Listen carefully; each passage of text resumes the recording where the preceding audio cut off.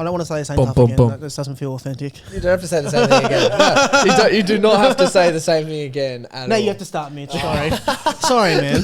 Sorry, man. Why do you think like taking risks is so important? I think taking risks is important because without risk, you remain the same. I think taking risks are important because without some kind of fear, some kind of reason and intention to grow and become better, then it's okay to be the same and you're forced to be the same. So like for me personally, the idea of risk taking is the idea of being better year on year, month on month, week on week, and without doing things that scare you. You know, we don't know what we're capable of. Like my favorite line is, we don't learn from, like, how do I put it? It's like the human nature. Like you don't learn until you hurt yourself. So you have to take it to your limit to work out what your limit is. If you don't hurt yourself, then you're not going hard enough. And that's the same with training. It's the same with business. It's the same with relationships. You have to be willing to take a risk and do something that's outside your comfort zone and probably outside of your capacity to learn what your capacity is. Yeah, so true. And like, we just kind of talking about this beforehand. You were super uncomfortable. I'm assuming you were super uncomfortable when you quit your job of 7 years and started going in for yourself, like responsibility. Like, so it's like a career thing. A lot of people are like, oh, I want to do things. I want to live on my own terms, all this stuff. But like, there's a lot of responsibility there. But at the same time, the whole mindset of transitioning from being in your like own job and getting paid for something else to having everything on your own shoulders is like crazy. So what was that like for you? It was like an identity shift because, you know, I was in a corporate role in sales from the age of 20 and I was considered, you know, the young gun. I was considered the guy who was, you know, going to run the company and had a lot of mentors and a lot of positive influence around me. And it felt like I was on a winning streak, but it felt like it was a winning streak that wasn't mine in a way. Because I feel like as men, we all want to create something that's ours, and creating something that's yours and ours and something that we've dictated every part of it on is not the same as doing it for someone else. And I always knew I wanted that. But I also knew that I wanted to experience being around people who were doing that. I think so going from a corporate workspace where, you know, you're working as a collective for one big brand is different to then meeting and hanging out with people who run their own businesses, whether it be small or big. And that's something that I found really inspiring. So it's something that really, I guess, identified that, oh, well, you know, if I can be successful in the corporate space, what can I do in my own space?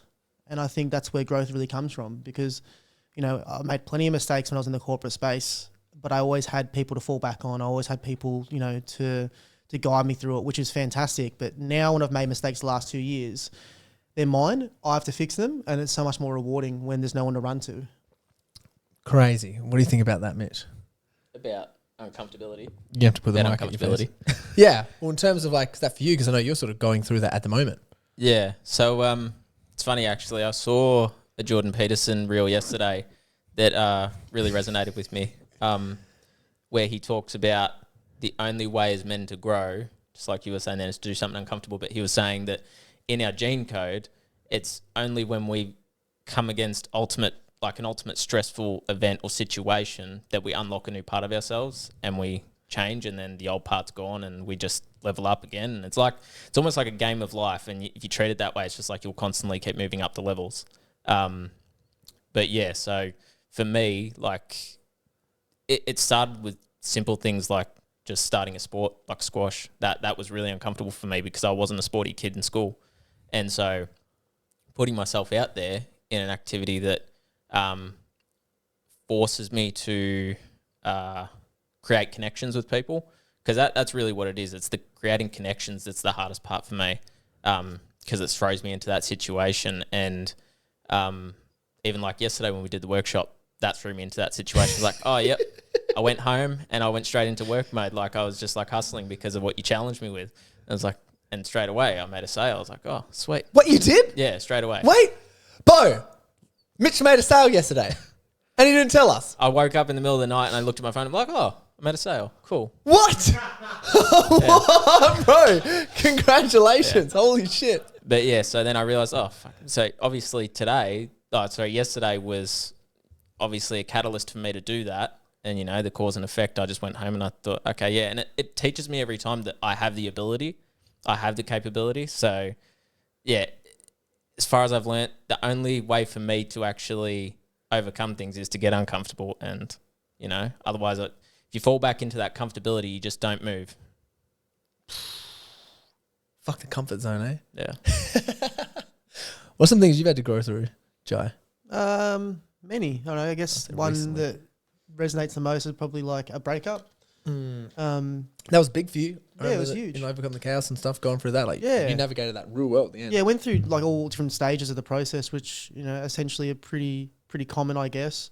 But when it happens to you, it always feels like it's different. You know what I mean? Like people go, "Oh man, but this is this is different with this one." But it's all the same, man. It's all the same. Like I reflect on it so much. It's like kind of funny. I would think about it and think that my situation was special or different, but it's exactly the same as every other situation. But I guess essentially what that meant for me around getting uncomfortable was prior to my partner, I was in a headspace where, I was trying to people please. I was being someone else because I was too scared to be myself and so on. And then I fell into a relationship, which was great because it gave me the stability and the comfort to then figure out who I was. So I didn't have to rely on a social group or anything like that. I had, a partner who was supporting me at home. But then when I came out of the relationship 3.5, 4 years later, I had to then deal with being single Jai again, which I hadn't done for 4 years or however long it was. And then just to navigate what that meant, and it was all this big journey to then enjoy my own company again. And then when I came out of the other side, it was 6, 12 months later, how long it took, and I started enjoying my own company, I was just happy being by myself. I remember speaking to my counsellor and we had the conversation around, but Jai, were you happy by yourself before your partner? And I was like, I wasn't happy ever. So essentially the last few months has been the first time I've ever enjoyed my own company without anything else, which is super empowering, but it's also really sobering going, when you go through a breakup, the world's ending and stuff like that, and you blame everything on the breakup. But half of it was nothing to do with the breakup. It was just me needing to learn how to be better and uncover these insecurities that I've had. And the breakup just gave me the breakup forced me to do so. And that's why it's so good to be in situations where you find adversity. And I feel like that's one of the ones where people get the most out of, because you have to really reevaluate your identity, because you go from being a couple to being just you. And, that can really rattle you because you think that you've got it all figured out, and all of a sudden your world gets tipped on its head and you go, fuck, who am I? Like, I don't even know. And it's not until you start asking those really scary questions do you really get to the bottom of it. And it's really hard, but once you go through that, you end up with a really good result, which is, I know who I am. I know how I show up. I know how I carry myself. And doing that opposed to faking it is so much easier.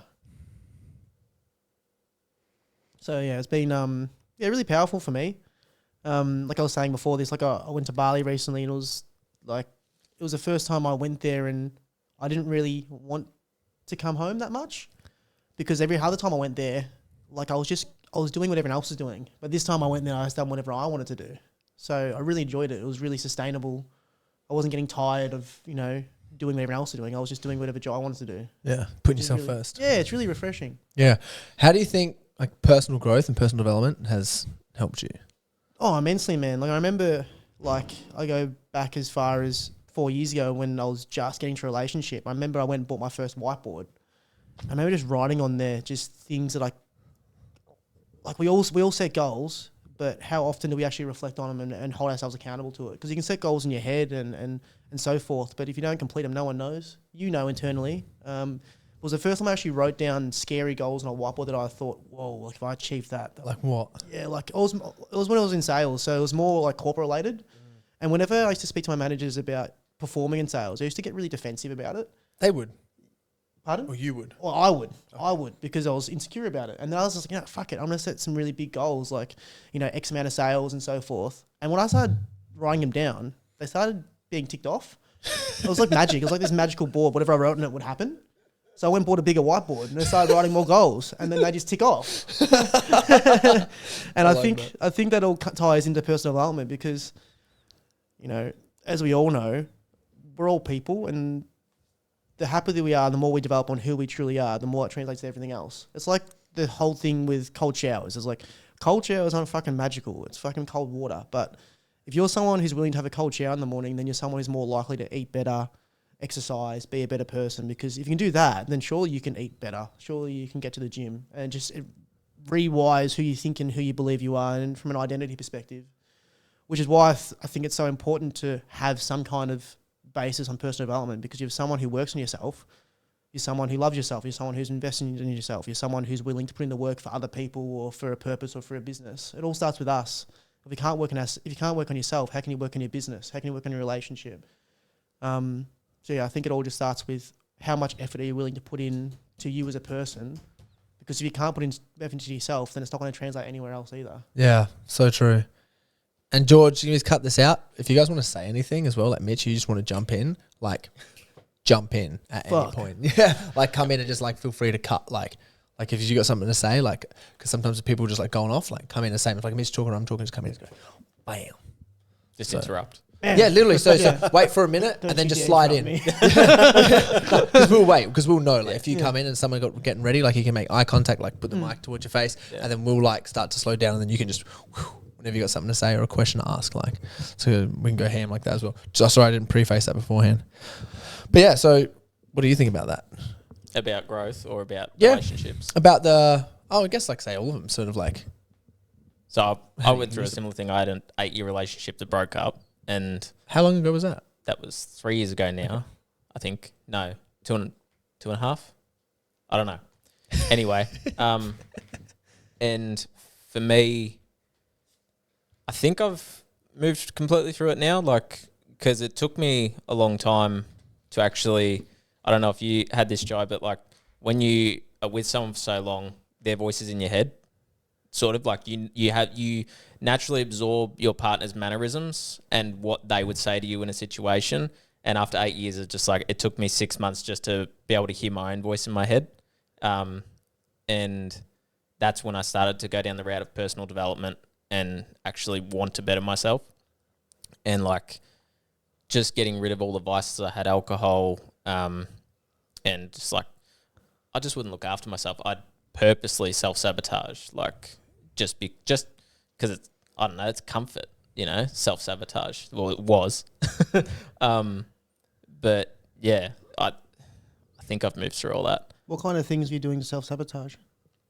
I was, so towards the end of my relationship, I was drinking every single day. Like after work, I'd get a 4-pack or a 6-pack, I'd go home and I'd kill them, go to bed and get up the next day. Some mornings I'd have like hair of the dog and I would like drink the rest of the can I had and go to work, which is really bad, but Naughty boy. Yeah.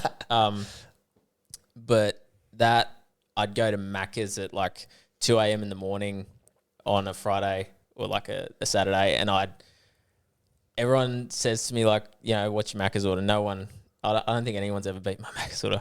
I have the whole family box to myself. That's what I used to do. Yeah. That's 6 burgers. Like, it's fucking crazy.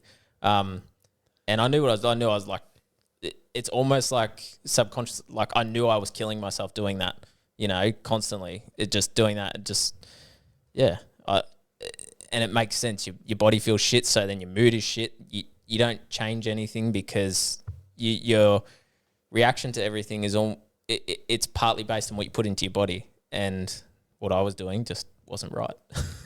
Yeah, it's crazy, and like how quickly it can happen. Because sometimes just like, bam, you're either on a spiral upwards or it's like a spiral backwards, and it can like start small. Yeah, but I think the other thing too is because every time something bad happens, like you think, oh, this is the worst fucking thing that's happened to me in my life, and that breakup was like, oh, this is the worst thing, like I was sleeping on the couch for months because I didn't want to sleep in my bed, and. Yeah, and just now, like, anytime I encounter an uncomfortable situation, I'm like, you don't feel as bad as you felt then, so it can't be that bad. And so that just helps me keep moving because, like, my mental state's not at that stage. It's much better now, so I'm not having that self-talk anymore of, like, oh, you can't do this. It's just like, nah, give it a crack. Oof. Yeah. Switch to, like, complete open-mindedness. Yeah. So what were the shifts for you guys, like, personally, that like with those like internally in terms of something changed with inside yourself, like what were those shifts, where did it come from, and how did you implement them? I think one for me was not that I would say I had any vices leading up to my recent breakup, but I remember my very first breakup when I was 18, it was immediate reaction was, okay, I'm going to go out and I'm going to drink and do drugs and sleep with women for no reason as like an ego filler, where I knew that's how I acted when I was 18, 19. And then when this one came up, even prior to the breakup, I had in my head, if this happens, there will be no vices. There will be no vices. There'll be no vices. I just had it in my head. And, you know, instead of vices, it was, okay, well, if I'm feeling a certain way, it means what are my non-negotiables? So, yeah, my non-negotiables are getting up at 4:30 in the morning, having a cold shower, going to the gym, journaling, meditating, and trying to fill up other people's cups if mine isn't full. Because in turn, I just feel like that kind of levels out. Because there's only so much you can do for yourself. It's like, well, you can't make yourself happy, go make someone else happy. So like for me, that little shift for me was just being really intentional with what my outlet was. And my promise to myself was that I wouldn't run away from any emotions. So I was like, oh, if I'm feeling sad, that's cool. I'll give myself 30 minutes in the sauna to listen to sad music. After that, there's no more being sad today. Like, just move on. Because, you know, I just think that you can't give something so much power and you have to dictate what has power over you. And, you know, it's okay to be sad, but it's not okay to stay sad because it gets old really, really quick. And it's addictive, you know? Like, you get stuck in your feelings, whether anger, sadness, whatever. It's so addictive to fall into them and let them control you. So I just had this thing where I'd put the timer on for 30 minutes.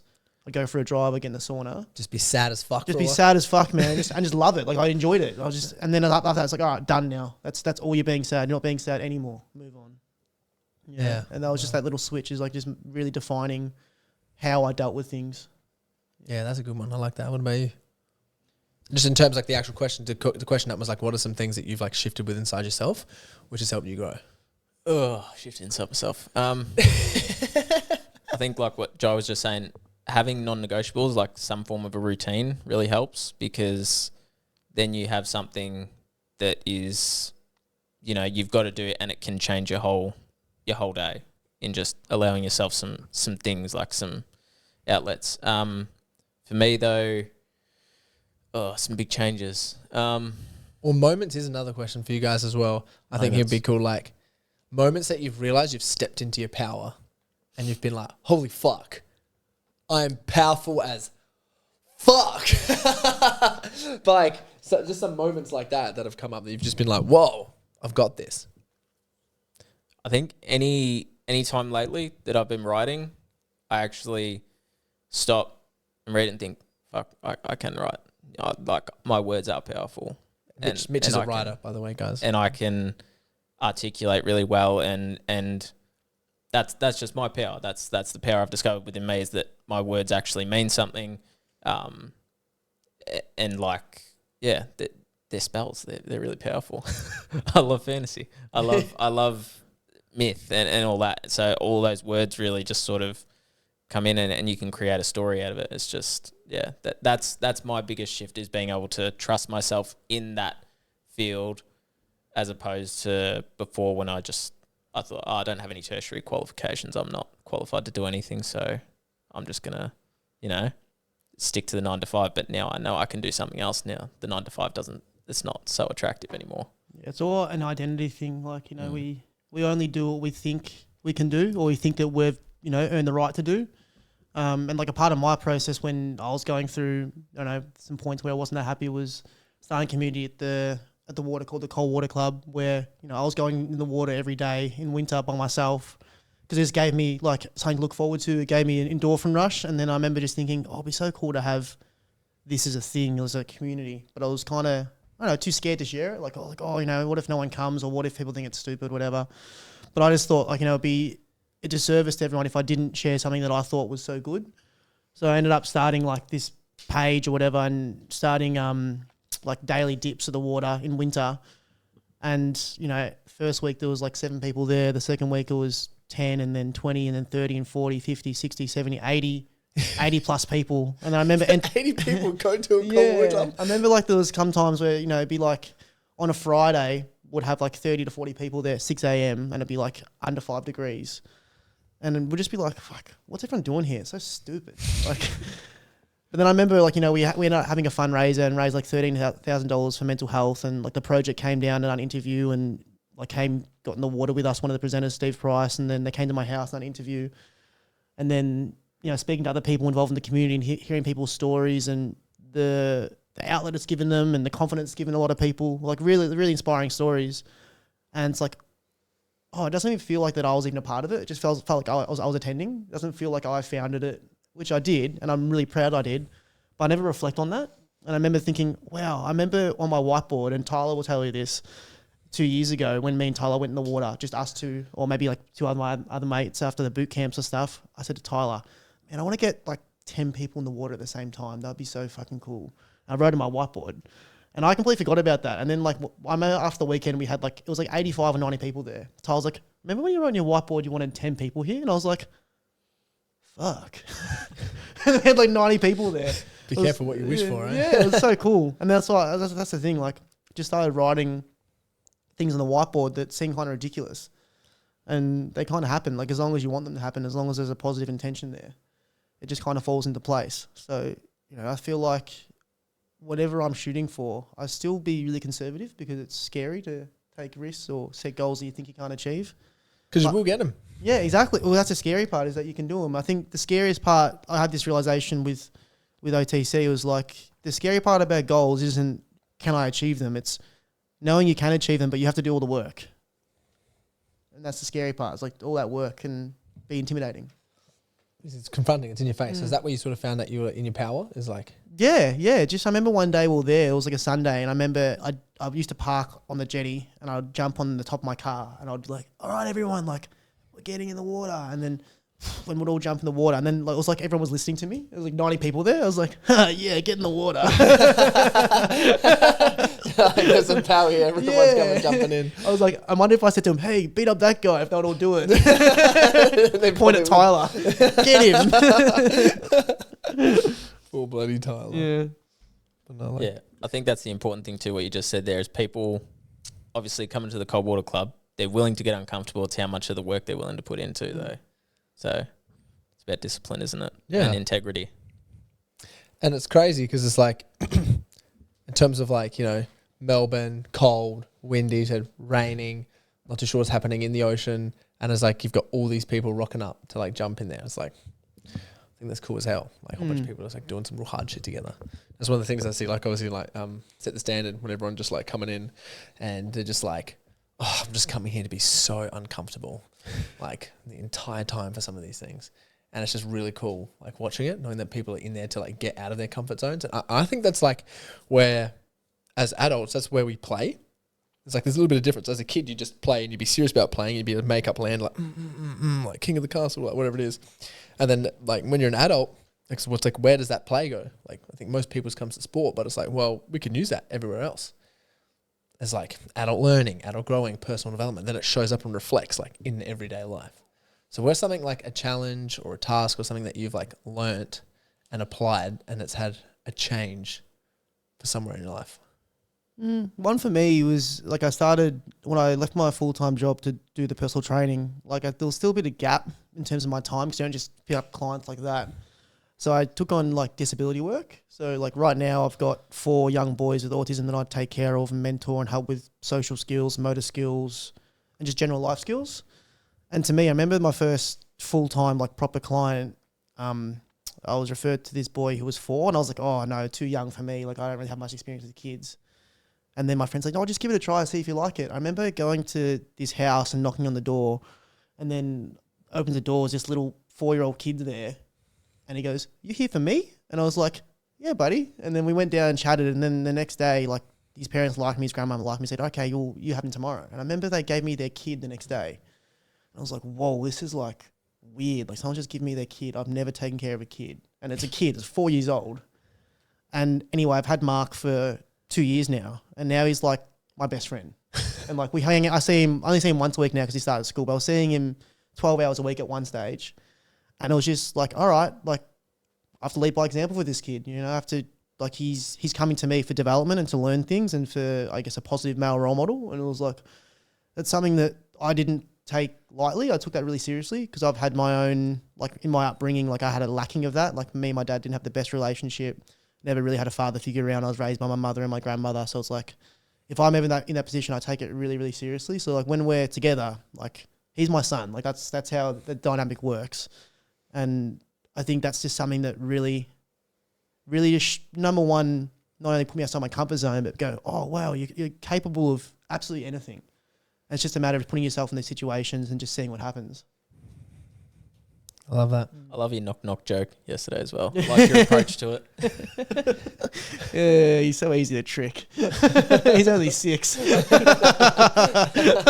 He still thinks I'm 6 foot tall. Makes you feel good though. Yeah. Like, here we are. No, I like that. No, what about you, Mitch? Jeez, something revelational. It's not so much revelational. It's just like, you know, in terms of playing, like yesterday, like in the Make Money workshop, that was all playing. You know what I mean? Or like any of the challenges in Set the Standard or Overcome the Chaos, like that's all playing. Is there any sort of lessons that you've learned or taken from them that you've applied and then you've been like, oh, something's actually shifted for me? Like, what is that? Because I'd like just for listeners to know, in terms, because you guys have, both of you like guys. 6 months ago now, I'm trying to remember. I don't know, but you two, it could be in something in all-in program, Set the Standard, Yeah. whatever. But like you two, like honestly, since like the program and stuff, I know you guys are going to grow anyway. But it's just nuts seeing both your guys' journey and like how you guys have implemented things. Like I remember, like in Overcome the Chaos when you were doing Cold Water Cup, everyone was losing their minds in the community. But because of you come and be like, yeah, I started this thing.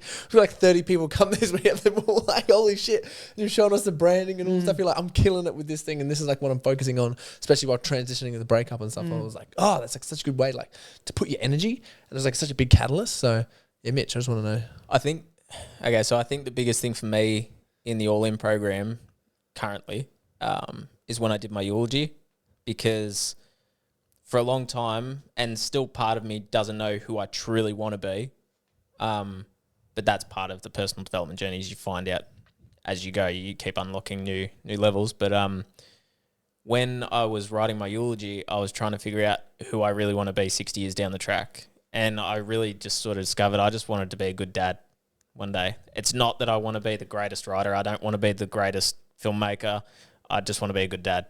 And I think that just stems from my upbringing and my estrangement from my dad.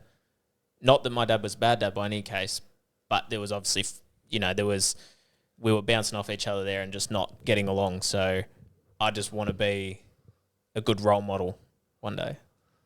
That is crazy. How do you feel about that? Because both of you guys, like, as you mentioned before, and you were like, yeah, there was no like sort of estrangement there, but he wasn't like, you know, a good role model. And you said the same thing like with your dad. Man, that's and then you both had like massive breakup. Weird. Yeah, no, my purpose definitely centers around very much so being I don't have a partner or a kid, but a lot of the things I do in terms of like defining who I am and building my character comes down to, okay, well, eventually I'm going to have children, and I want to make sure that if they're going to emulate me, because kids always emulate their parents, they're going to be emulating good things and not bad things. And my biggest thing, like a catalyst for me when I quit my job was, okay, well, if I have kids and I say, hey, son or daughter, like go follow your dreams, go try things, but I always just worked the job that I always worked. It's like they're going to go, oh, why didn't you do that? Like it's kind of it's a contradiction, right? It's unintegral, yeah. Yeah, I'll so it's sniff like that out straight away. Exactly. And then like, so when I grew up, I didn't have my dad around because I lived in another country. So like I like a lot of my friends were, riding motorbikes or going snowboarding or going camping or fishing, and I never done any of that stuff. Like one of the reasons why I do boxing is so like, when I do have kids, and if they want to learn how to box or fight or to protect themselves, I don't go, I can't show you that. Like to me, like a real leader or a real man is got someone that's going to lead the way in all aspects of life, not just pick one, like I feel like you have to be well rounded. And as I said, I didn't get that role model from anyone. I had to build my own male role model. So it's like, I want to keep building it. So that way, when I do have to do this for someone else, I can lead the way. And I don't have to, rely on other people. What was that shift like? You know what I mean? Because I'm assuming if you were with like a mum and a sister, there was like all of these like... Oh, grandma, sorry, mum and grandma. Grandma. There'd have been like these feminine characteristics that are everywhere that you would have been used to. So then it's like you actually developing and creating your own self. Like what was that like? Yeah, that was like what was really well articulated in week 7 of the course. Was like, I went through this journey the last, I call it 5 years now, where I articulated who I was, who I wanted to be, and where I was lacking. So essentially, when I was younger, I had all these feminine traits because I was brought up by my grandma, my mother. And essentially, like, when you're young, it's not really cool to have like heaps of empathy and like, be really soft and loving and compassionate when you're a boy, right? So like, I just felt as though that I was just lacking in one area, and I just felt like I didn't have a masculine side. Not that I knew that was at the time, but that's just how I reflect on it now. And it wasn't until I was like 16, 17 that I really feel lost as an individual. I just felt really feminine, not in a homosexual way. I just didn't feel manly, and I didn't know how to develop that. So I was just lucky that I fell into doing like boxing and kickboxing, which helped me a little bit. And That's crazy though, because like you would have like at that point, like so many people, obviously I work with, there's like emotional intelligence. And it's like, oh, I'm so emotionally intelligent, but I've got nowhere to put my testosterone right now. That's exactly what it was, man. And I'm lucky because I feel like for men it's easy to develop the masculine traits, but it's hard to develop the feminine ones. So I done it backwards. So I had the hard ones, the feminine ones, which at the time felt really, really poor to have. But in the long run, now my communication skills and my emotional intelligence are just, I feel like I can communicate with anyone, including myself as well. And that's what the course showed me, was that like it just was able to help me articulate what my journey was. Like it was having this massive feminine energy and then having this fake masculine to back it up. And that's why I was going out partying and being Mr. Cool and having this fake confidence, because it wasn't real. And then when I understood where my insecurities were lying, and understood that if I just changed my actions, then I'd start to respect myself a bit more. And then that helped me come into my masculine a bit more. And then obviously to go with that was lifting weights and being happy with how I looked in the mirror, feeling strong, feeling like I had the ability to be aggressive. And when you've got the ability and you feel capable, you don't need to be. So I'm feminine all the time. Like I'm always telling people I love them and hugging people and kissing people, because I know that if I need to lean on my masculine side, I can. But I never need to, you know, because people feel it anyway.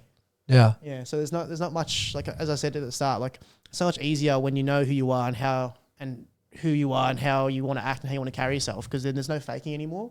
Where for a good 5-6 years, I was faking everything, man. Like how? Like what did that look like? Oh, that's me walking into the club or the bar and knowing everyone and shaking hands and drinking and doing drugs and talking to girls like I'm really confident, but it was all just a facade, because I thought that, if everyone thinks I'm like this, then no one's going to think badly of me. And so it was all just determined on everyone else's thoughts, but not as mine. And then I'd get home the next day or the week later and reflect on it and go, why am I so sad and lonely? It's because I spent the last 4 days just being someone else. I didn't actually be myself. And then I had like a really deep journal one day and going, okay, well, I'm going out being someone else. Why? It's like, because number one, I don't know who I am. And number two, I'm scared that if I did know who I was and if I was to be that person and people don't like it, that's scary. But then I just faced that and said, okay, well, who am I? I just disconnected myself from a whole friendship group essentially, and got a lot of backlash for it for months, or over a year. And it ends up just turning its way around. So then people see it as, this guy thinks he's trying to be better than us, whatever. But then people realize that I'm just trying to be a better person and make myself happy. And some people get it in the end, some people don't. But it doesn't really matter if they do or not. It matters how you feel about yourself, not about how people feel about you. Fire. Yeah. I think it's also the struggle of letting some people go in the end. Like you got to let certain friends go when you go through that point, because you realize they can't come with you on the journey you're going on, and because they're not ready for it. And it's funny now, I said before, my dad wasn't really the role model that I needed when I was younger, but similar to you again, Jai, I grew up with a single mum. Obviously, she had a partner at one point, and there was domestic violence in the mix and everything like that. And then she's been single, I think, for the last 10 years now. I think it's been 10 years. And so there's a lot of feminine energy there. But also, when she was raising me, it was all open-mindedness. So my dad never had the sex talk with me or anything like that. That was all mum, all that stuff. So that was... I don't know, none of, like, my mates thought that was really weird when I told them I had the sex talk with my mum, because, like, they all had it with their dad. Like, you know, it's a very masculine sort of thing. I never had one, eh? Yeah. Yeah. Figure out. Yeah, I always had to pick a hole and go for it. Which one? I don't know. I made the wrong choice once or twice. Yeah. But, like, now when I talk to my dad, because it's like I still haven't written a letter to him or anything like that, because there's a lot of stuff that needs to be worked out there, and it's taken us, I think it's been 4 years, because we had a punch on when I was about 21. Oh, really? Yeah, and it was like a pivotal moment, because that was before I joined Set the Standard, but it wasn't long before. Like, after that happened, I realised I can't keep repeating patterns, because we'd have a fight, wouldn't talk for ages, so then, like, role model would be out of my life. And so I made the decision to be, I guess for lack of a better description, the bigger man in the situation, just go, hey, Dad, I think we needed to hit each other. How about we actually go and sit down and talk, you know, and be more mature about it rather than just go, fuck him, you know, like I normally would. And I feel bad about that. Sometimes I feel I've taken that for granted because there are a lot of kids who grow up without a father because they're not around or just, and I feel like I've taken that for granted, but at the same time, he made decisions when he was younger and it's sort of, it just, life happens. And he's gone on his own journey since we were estranged and he's different now. He has all these different views, different opinions of things as opposed to back then. So we do get along a bit better now, but there's still a lot of room for growth. So have you integrated all those things for yourself? I think so. Anytime I talk to him now, I went and had lunch with him the other week, and he's very big into I can't even remember what it's called now. Cloud seeding and stuff like that. So a plane goes over and leaves a big trail of stuff, and he'll be looking up at the clouds and going, "Look, that cloud looks weird," or he'd just be really into that, or he thinks Bill Gates is really evil. Sorry, Dad, if you ever watch this, but you know, and I disagree with all that, and I let him know that I disagree with it because some part of me feels like I was saying at the money workshop yesterday. My dad has always been the kind of person that will just pay, like he'll just throw his money once he earns it. And a part of me believes that he resents people like Bill Gates because they're rich, not necessarily because of their actual motives or why they're in the media. And so, yeah, last time I had lunch with him, we're talking, and I just kept on throwing him these curveballs, just like, how do you think this happened? Or how do you think that happened? Or, you know, because it takes a long time to build something and be successful. And he's never done that before. So I feel like there's a little bit of resentment there that he's not moving through. So I'm trying to take what I've learnt in Overcome the Chaos and Set the Standard and trying to help him, even though he's a bit stubborn and doesn't want to hear it. But yeah, I think once I write him the letter, there'll be a lot more unfolded there. So what else wins have you gotten from the stuff that you've learned there? Or like things that you've done that have been outside of your comfort zone? Outside of my comfort zone. Really? Getting my hair done. That's a really uncomfortable thing for me. Like it was, because again, it's just like about connection for me. You get, especially when you get your hair dyed, you got to go sit in a chair for 2 hours to get it done. You have to make conversation for 2 hours. And I don't know, when you go to the hairdressers, it's a lot of small talk. And it's not really like, it's not like I can just go like it doesn't have to be small talk. I get into it. My barber sometimes. No, I know, but like sometimes I nap. Yeah, we talk about everything. Me and my barber, the nasty stuff. It's just when you have like I come from a small town, so if I opened up and said, "Oh, I'm on this big personal development journey and this and that," it'll go in one ear and out the other for some people. Not for everyone, for some people, because a lot of people aren't ready for it yet. So, yeah. I kind of like that though. Like I get the way I talk to you guys, the way I talk to everyone, and I feel like it's super valuable for some people. Like as an example, like you could break it down for someone who does not want to hear it one bit. It might go in one ear, outside the other, but that might then precondition them to be a bit open to it the next time or the next time. Seed. Yeah, they plant a seed, man. Yeah. And like I love that shit. I love planting seeds. I love making people uncomfortable. Like many times I've had these conversations with people, and you can tell they hate it. They don't want to talk about feelings and vulnerability, that kind of stuff. They shrink up like that. And they're just like, oh. And I just keep going. Like, yeah, this guy, he hates it. I'm going to keep on going. I'm like that with physical affection too. Like one of my best friends, her name's Maxie, and she hates cuddles. Man, come here. You're not allowed to leave until you receive. Yeah, I think that's like, if you don't do that stuff, it's like a disservice to other people because... That's true, yeah. Yeah, I think, and if you can, think about this, if you can be vulnerable to someone who doesn't want to hear it, then think about how much more powerful you'll be with people who do want to hear it as well. It's all practice. It's getting the reps in. Yeah. It's like going to the gym. The more uncomfortable conversations you have, the more vulnerable you become. Like for me, it's like a superpower now. I could talk about absolutely anything to anyone. The only people that I struggle with are like my four best friends, because I really care about what they think. But anyone else, I can open up with absolutely anything. and then you inspire them to do the same. Yeah. Are you close friends? Have they been part of like OTC before? Or are they all sort of? No, not of OTC, no. And don't get me wrong, I still do it. It's just much harder for me. Yeah, it is.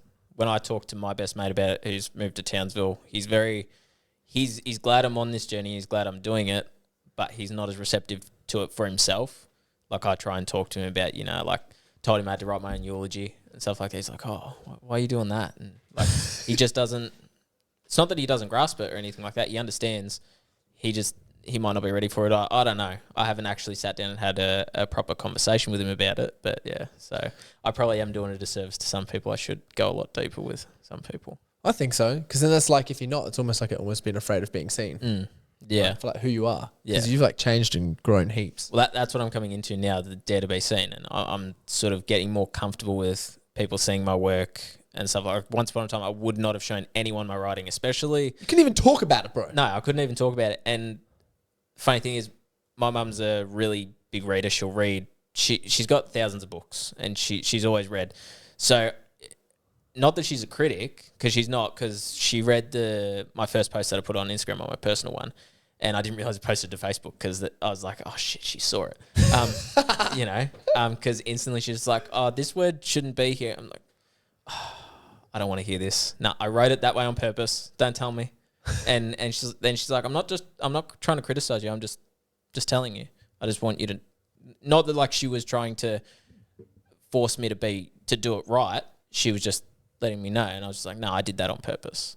I know that word should probably be there, but like you read a lot of books, and every writer is different with their structure of sentencing. And so I'm just like, this is my way.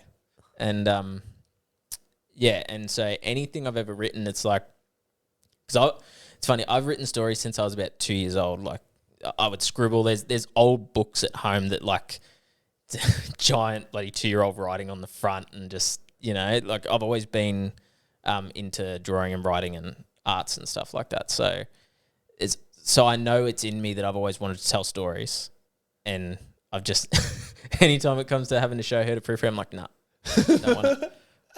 I'll give it to one of you guys or to Bo before I want to give it to her. Well, that's a good challenge then, because that's like a fear of being seen, of like facing the demon. Yeah, but it's getting more comfortable now because she actually, what did she say the other week? Oh, I can't remember. She said something about me being a writer. I'm like, oh, that's how she defines me as a writer. I'm like, oh shit, that's a good moment. Yeah, that's huge, man. Yeah, what does that do? That's like confirming your identity. For me, I was like, oh shit. She actually, like, it was just, it was confirming, like, because as she was my role model growing up, it's like, oh, okay, this person that's really articulate and knows how to write things is telling me I can write. Like, shit, yeah, okay. And it's weird because it's my mum, it's not a stranger. So it's just completely different. Crazy what a little bit of self-belief does. Yeah. Because there's not many people that I know as well that like, would classify themselves as like, oh, I'm a writer. It's weird to even say that. I'm a writer, and people just go like I can see on some people's face, like, what does that mean? Yeah. Yeah. Which is good though, but that's you. Yeah. But you can write anything. Like you can say I'm a writer. You could be a social media writer. You could be an actual creative writer. You could be an autobiographical writer.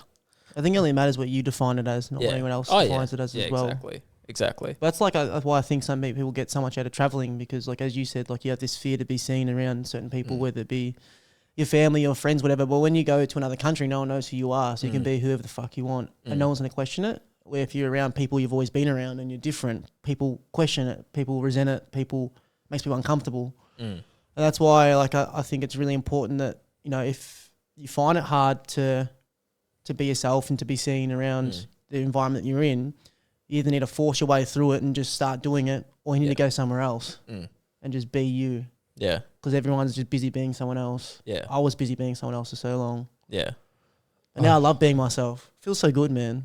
Fuck. Liberating. I am me. Nah, I love that. And I think like as well on part of that, that's like literally part of the hero's journey is like learning those things about yourself, whatever it is, and you're being like 100% authentic who you are. You've got this mission and you know what you want to go and how you want to get there, or you want to get to the next level, whatever it is. Or every time you're evolving and growing, like I don't know if it's like I think it is around the rest of the world thing, but definitely Australia thing. Tall poppy syndrome is like, don't win, don't succeed. We don't want to celebrate you because then you're like different from us. So then like, I think of part of the tests and trials, part of the hero's journey is like actually moving through that, because what's going to happen is your friendship group and everyone around you, when you are changing and growing, are going to test you to try to bring you back down to who they think you are. And it's your job and responsibility as like, that's a test for you to overcome. And when you do get over their test and overcome that hurdle and they can't bring you down, it's like, yeah, now you're back here with one of us doing it. When you actually break through, they support you. They go, oh, why aren't you doing this with us? Why aren't you having a drink with us? Or like, you know, you're not supposed to be doing that thing. You're someone who's like this. And you're like, what the fuck? And go, oh yeah, maybe I am. And then go back to it. But if you break through that resistance and you break through those tests and those trials and you prove them and they're like, you know what? Go you, man. That's the best. You're like, oh. Man, that resistance works so different for me. So like I remember my revelation, it would have been a few years ago. And I remember I was at a kick on the next day and I remember like coming kind of like sobering up a bit. I looked around the room, there was like 4 people around there. I remember their faces now. And I remember looking at all 4 of them. And no disrespect to them because I was the same. I looked at them and, oh, he's a loser. He's a loser. He's a loser. And I was like, fuck, I'm a loser too. Like, and I remember just having that sobering moment. I went home. I was like, fuck, I don't ever want to do that again. And I remember like for the next 8 months, people were always, why don't you come and do this? You think you're this, you think you're that. Come hang out with us. Fuck you, whatever. I remember every time I got an insult or got some backlash on it, I was like, good. I don't want them to agree with what I'm doing. Because if they agree with what I'm doing, that means I'm like them and I don't want to be like them. Not because there's anything wrong with them, but I didn't want to be like that. I wanted to be completely different. I wanted to be new Jai. And whenever I'd be around them, there was a part of me that wanted to be who they wanted me to be. I remember I'd feel like, oh, nah, I can't do that. I can't do that. I need to be me all the time.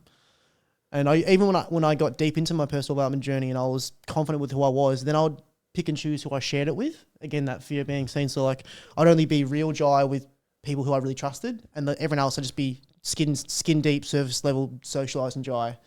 And then after the Cold Water Club, I started doing like I had to talk to the camera a fair bit to like promo it for some fundraisers and stuff like that, and went on a couple podcasts. And then since I put myself out there as that Jai, it's like, oh, well, I'll just be that Jai all the time. Yeah, it's and so then good. when I decided to do that, man, everything was so much easier. Like the best way, it's really cringy, but I remember when I was younger, like whenever I spoke to a girl, I'd be like, oh, I need to be like cool, you know? I have to make sure this girl hasn't like thinks I'm cool, right? But now if I talk to a girl, I'm just 100, like I just talk to her like I talk to anyone else, and it's just works way better. Because people, whether people like you or not, if you're authentic, they'll at least respect you, you know? Like people are just attracted to authenticity, whether it's something that's in line with who they are or not. Like people like people who are authentic, and they can't even articulate why. It just feels better, you know. When you talk to someone and you feel them, you're like, oh, they're just being themselves. Like you feel their energy. Yeah, exactly, man. Like words only so much, you know. Energy's everything. So as I said, like anything, it's reps. You've got to get the reps in. So I just started practicing, and that's why I said to you, like, you should be having those conversations with everyone, because you get the reps in, and then as soon as you practice doing that, then it's easier to do it with more and more people, and then all of a sudden it's just natural. Like there's no even thought process. Like, I don't think about it anymore. It's like I just talk. Yeah. I'm moving through that. That's like the whole dare to be seen right now. And I can feel like it. Every trial and tribulation I come to in the All In program or OTC, I can feel it's like I look at it like a loading bar on a screen, and it's literally like just moving along. So the needle's moving so slowly, and then something happens like, bam, 100% done. Right now I feel like I'm at like 20-25% of being seen, and then like, yeah, just moving through that. Because even like having surface level conversations with people now, it's still good. Like if you're having the chit chat day to day, like a lady asked me today before I go on the train, she's talking about the weather, and that's like the biggest surface level conversation you have. And when they just go, oh, how's this weather? I'm just, yeah, it's all right, yeah. But she was nice, and she was just talking about like she's from Melbourne. I'm like, okay, like the progress of conversations is really important to me. Like I don't just want to talk about the weather all day, and I don't want to talk about what someone did over the weekend, or tell me what you're doing to better yourself today, or ask a question that's like really left of center. Like they're not expecting. So then they actually really have to think and they give you an answer because they're not prepared for it. So they think they have to answer it. Like what? You know? Have you got any Oh, off the top of your head? Because you're not put in a situation right now. no. So you're asking me now. I feel I've got to answer it. No, I don't have any at the moment. Nah, I don't have any. Ask them if they watch porn or not. I haven't watched porn in 8 months. 8 months, baby. Nearly 9. Don't even touch my own thing. I haven't touched it in 8 months, baby. How's the weather today? Have you watched porn recently? Because I haven't, motherfucker. How many? I know you're impressed. There's at the Cold Water Club, across from the Cold Water Club, there's a coffee van called Little Ollie's, and I didn't know him before, but the guy who owns it's become like one of my best friends. Got to go in there every morning. It's been 2 months. It's been 3 months. 4 months, no wanking, guys. Not one porn watched. High five. No one wants to hear it. But Puts a score up in the back of the I actually wrote on the whiteboard, 7 months, no wanking last month. So how do you go with your relationships now? Like if you are actually actively looking for someone to be in a relationship with, how do you go I think with that? that's the difference, man. I'm just not really actively looking anymore, if that makes sense. Yeah. Because I feel like I'm open to it, but I used to actively look because I wasn't happy about myself, or because for me it was all validation, right? Like before I had a girlfriend, I wanted to sleep with women because I thought it would make me feel better about myself. And then even when I had my girlfriend, like I needed sex, and if I didn't have sex, then I felt like, oh, why not having sex? Like it was more just me giving me closure that I was worthy. Yep. And then after that, like I went through this whole experience and yada yada yada, and even just as little as stopping watching porn and stopping fucking masturbating and stuff like that, it just changed my relationship with what it was. Like it was no longer fulfilling a need, instantly and going, I need this, I'm gonna have it, whether it be with myself or a woman or something. And now like I meet women and like it's so much more healthy the way that it is for me as a person. And it probably ranges person to person, but for me, like now it's like I just like getting to know people. There's no expectation there anymore. There's no necessity. There's no need. There's no I guess like nothing governs that interaction anymore, where you usually like, you see a girl, whatever, there's an expectation for something to come out of it, where I don't have that anymore, man. Like I've gone on probably like 50 walks with different girls just to go for a walk. And if they're cool and we hang out, then fantastic. But in the past, it's like, oh, I'm going to go see this girl and, and it was all an ego thing, right? Like, you try and conquer things that make you feel like you're good. But now it's like I just like getting to know people. Yeah. Like even today, someone asked, "Oh, Jai, can I stay up on a date with someone? I think you two will be a really good couple." I said, "I'm happy to hang with anyone." I think changing that dynamic in my head, and there was a big portion last year where I just wanted to meet someone, but it's like, man, I feel like we always get what we need and not what we want. And right now, I don't need a partner. Yeah. Even if I wanted one, I don't need it. So I'm just, whatever I need is going to come my way. I feel like the universe does send that to you. Yeah, and you have to be open to it as well. Yeah. I think the big part is that you have to make sure you're not blocking anything out. And there was a big part of me that was blocking things out the first 6 months of my breakup because I felt as though that's how it had to be. And then since then, I've met a few people, hung out with a few people, and it's been really fun. And not even in a sexual way most of the time. Like, the majority of the time, it definitely hasn't been. It's been very minimal, to be honest. But it's just been a relief because I feel like as a man, we put pressure on ourselves that we have to be achieving things, whether it be financial, whether it be relationship-wise, or even sleeping with women. Like, it's something that we're conditioned to. A lot of pressure. Oh, 100%. Like, and half the pressure is pressure we just put on ourselves. Yeah. Like, I remember being younger, like going back, 16 or 17, 18, 19, and I felt as though, if I don't sleep with women, like the boys are going to fucking think I'm a loser. Honestly. And like I was a late bloomer as a teenager. Like I didn't lose my virginity until I was 17. And I always hung out with older boys. So like when I was like 15, all the boys were like sleeping with girls and stuff, and that just wasn't me. And I hated myself for it. I just felt like so inadequate. And now I just think about it, it's like, man, like I don't even need sex. I don't even wank, man. They need me. I'm with you. I feel you on that one.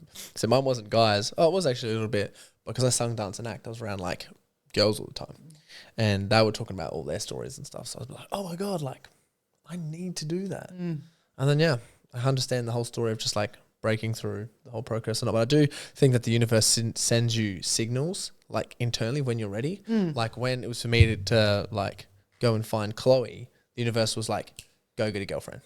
And I put these rules and boundaries in that were in. And I was like, you're out. You want to find one? Go search. And I was like, all right, I'm going to go search. It took like a year and a half of searching. Like literally I had those rules like, I'm only giving like 5 to 10% of my energy during the day because I'm focusing on everything else. And I'll put it onto this. So it would be like 20 minutes to half an hour a day. I would just spend like talking, searching, and then get on a phone call. Never did like a phone call. I was like, nope, bye. Until eventually I found Chloe and we just did not. Ever since you mentioned that phone call thing to me, yeah, man, I've been on the phone to so many different girls just to chat, and they're like, "Why are you calling me?" Like, oh, I just want to see if I like you before. Like, I don't actually say that, but in my head, I'm like, maybe I'm gonna call you and go, "Man, I do not like this person," or I don't know, kind of stupid or something, in a nice way. But I don't know. I just love the idea of meeting people now. Like, and I think I agree with you. Like, I feel like you kind of know what you should be doing, and end of the day, like, I know that that's not what I should be doing right now. I've got all these other things that I really want to do. And I think that kind of stuff, if I was doing it, it'd be kind of because I was too scared to chase the other things wholeheartedly. So I'm just making sure that those things that, like, and we've all got them. Like, I've got those things in my head, like, right now I'm thinking about that make me uncomfortable, that are kind of scary to do.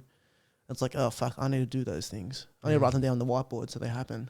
Yeah. I also think there's like a partner piece because that like helps you mature as well, like into your own king or manhood. And there's all these different things that we can like learn or do or apply and research in order to step into those, because we're always at like every single person is at a level, and I believe they're always wanting to get to the next level, and people get comfortable for a little while, and if they're comfortable for too long and they don't get to the next level, then like it prevents them from actually reaching their full potential. And we know that like purpose is obviously one of the most important things that lay the biggest foundation. I know you guys have had like awesome experiences with that, but as well as purpose, what do you guys think are things that you've like either learned or done that have really helped you initiate yourself to get to the next level? Because one thing that I think is missing everywhere is just like initiations, especially in the Western world. Like there's nowhere. It's like you finish school in Australia, we don't really have college, we have uni, and no one's staying at uni. Like no one's bored in there or like getting away from your parents. So it's either getting real drunk and pissed on the weekends,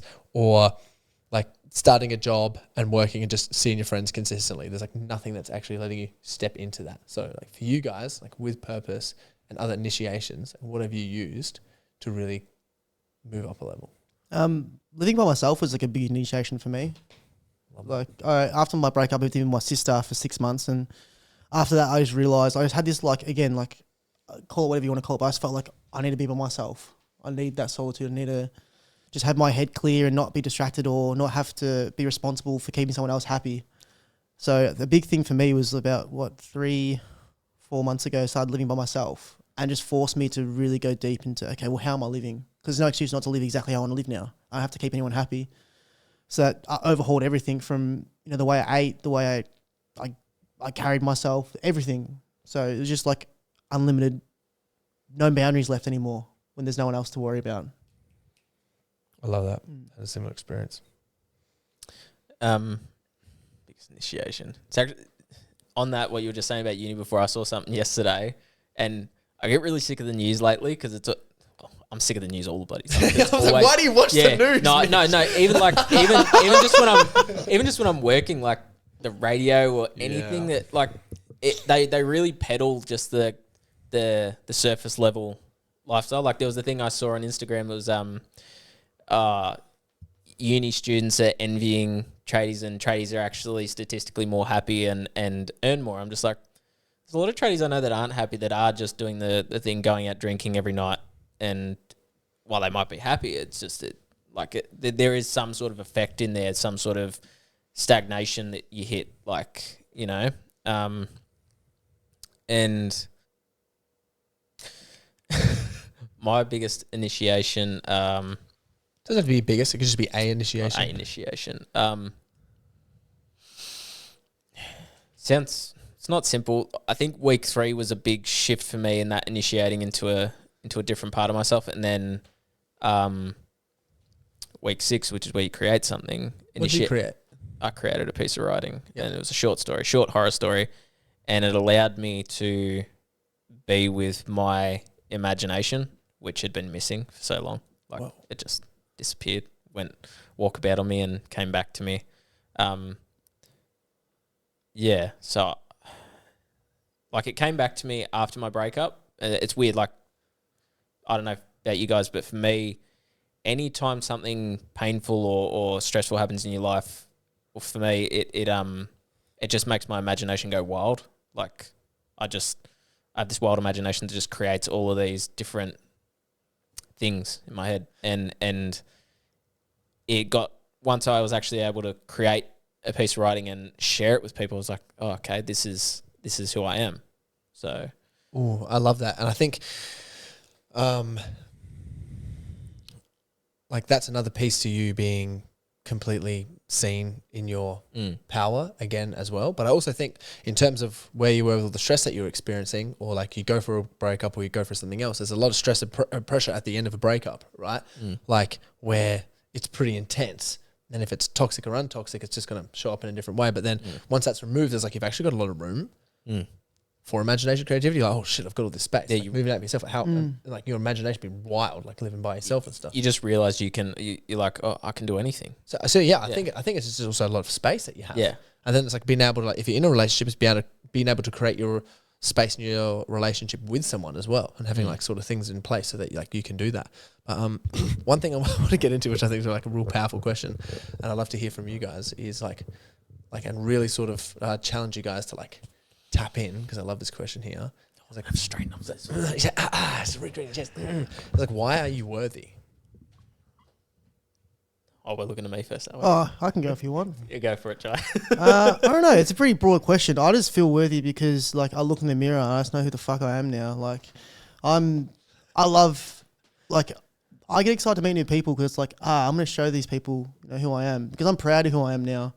Where in the past it was like, sometimes it was scary to show up because, you don't really admire yourself. And that's something I learned, especially when I was doing all the drinking and stuff like that. Like, I didn't like myself because I didn't respect myself, because I was doing things I didn't respect. Like, I didn't respect someone who went out drinking and did drugs and was rude to people or slept with women for no reason. It's like, what do I respect? It's like, I respect someone who's consistent, kind, emotionally intelligent, good at communicating, fit, takes care of themselves, leads by examples, up early in the morning, gets shit done. So I was like, I have to do all those things every day. I've been doing all those things every day for years now. Like, there's no question there. Like, and like, as an example, like when I wind back the clock, when I said people used to give me shit for turning my new leaf, the same people who were giving me shit, most of them, if they catch me with a beer, go, man, you don't drink. Like, because they know who I am. That's not me, Like, I am just so proud of what I can deliver. And that's my that's why, like, there was such a stage where I was so excited and wanted a partner so bad. It wasn't so much I wanted a partner. It was more that, I've got so much to fucking give and someone needs to be getting this shit. Like, I've just got so much to give and I'm so happy with what I can present. And like, one of the person who's like been a really big influence in my life is this guy from America called Wes Watson. He's like a speaker, and his idea of like purpose is you build the man that you fucking admire so you can give him to everyone. It's like, I fucking admire myself. Like, I'll give myself to everyone now. How did you admire yourself? Now, or how did I? How like did you start like the process of admiring yourself? Same as like respect. Like, what things do I admire? Do those things. I admire someone who's disciplined. I admire someone who's kind to everyone. I admire someone who is open and vulnerable and is confident. Was that hard for you to step into? Was it just always a lot of intentionality, or was it easy? I think it felt easy because I just got to the point where, like, there was two options: be the person I didn't admire, or be the person I do admire. I was like, oh, that's way easier. That's way easier. It's like the whole concept, like, pick your hard. Like, you can you can eat a really shit diet, feel like shit, not like how you look, or you can eat a really diet that might be hard to stick to, but you feel good and you like how you look. It's like, they're both difficult. Which one do you want? It's that simple. Yeah. Same with how you carry yourself. So, like, essentially, if I was to summarize it, like, you're worthy because you stick to your word and you're disciplined with it over a consistent period of time. Exactly, man. And like, I just know that who I show up for people is who I am. I think it's the biggest thing. Like, who people get when they talk to me and when they see me, when they feel me, that's Jai. It's not anyone else that I used to be or used to try to be. Masks are fucked, eh? Fuck masks. Fuck Bill Gates. and fuck porn. I hate that shit. What do I feel worthy? Why, Mitch? Why are you worthy? Because I'm part of Set the Standards community. So should you be? Not a paid ad. I'll give you $50. Why am I worthy? I think to discover my worth, I had to start doing things that were more in my operational space. So create my creative space. So anytime I have this ritual now, it's like a rite of passage to being in my office, is when I go in there, before I start any work, I get out my little A5 visual diary and I just draw whatever comes to mind, and then I sign it and then put it away, and then I start working. Like, for me, that's like building this worth inside me. It's just like, I'm creative. I'm living to who I want to be, and who I will be someday. And so I think it's just routine. So all routine, keeping up with that is, yeah. I'm going to ask you the question again, and we can go a little bit deeper. Okay. Mitch, and like come into here. Breathe in. Think here, not your head. Why are you worthy? That's what you were asking me yesterday. I don't know, because I'm me. Why are you worthy? What's something you really admire about yourself? That I try. That's probably my biggest thing, is that I try, regardless of whether it's going to be, whether I tell myself it's not going to work, I go and try, because it's not worth anything unless you try. And that goes for anything. Like, even when like validation comes up and stuff like that, I tell myself, you don't need this. You just try and be yourself, and you don't need to chase this emotion or that emotion. Just try. And so even that comes up with conversations with anyone, is just trying to, like, my biggest thing is being able to understand and helping everyone else understand. And yeah, it doesn't always work, but I tried. What's like an example? Real quick one. Example of you trying your best. And failing, or trying my best and... Either or. You're just trying your best, right? It's just trying. Like even playing squash, man, getting into that was... It might not sound like much, but for me it was so nerve-wracking in the beginning just to rock up there and start training, because I was like, oh, I'm gonna like suck really hard because my hand-eye coordination is shit, and just, you know, I need to train that, and just trying. So every night I go, I'll be like, you might still be shit, but you've only been doing it for 2 weeks. Keep going. Try. I think you're really proud of that because your mum and your dad didn't. Yeah, I think so. They have a habit of saying they'll do something, and they will start it and they will do it. It might last 3 months, might last 4 months, but it will eventually fail. They don't damn finish it. Yeah. Well, guys, one last question. I'm pretty sure we've got like 4 minutes left on here, so it's be a real quick one. So on this one here is, I want to leave the listeners with a challenge to take. Today, tomorrow, this week, whatever it is, just one quick challenge each. Real quickly, Mitch, you go, what would you like to challenge them to do? Challenge the audience to do? Yeah. Challenge you to have a conversation with someone who you're not comfortable with, or you're not comfortable talking about things with. Yeah. About some deep stuff? Yeah. Anything that's on the forefront of your mind, just, yeah. Go fucking have it. Yeah. Love that. Jai. I challenge you not to watch porn or wank for a month. That's fine. I think actually some of the listeners would be like, all right, I'm already there. Yeah. Because a lot of them would have been. Have you got another challenge? I challenge you to do a cold shower every morning for a month. Yeah, as soon as you wake up with no hot water. Straight to cold. Straight to cold. Ooh. All day, baby. That makes it hard for people. That's a good challenge there. Well, Jai, Mitch, thank you guys for coming on to the show. Kings.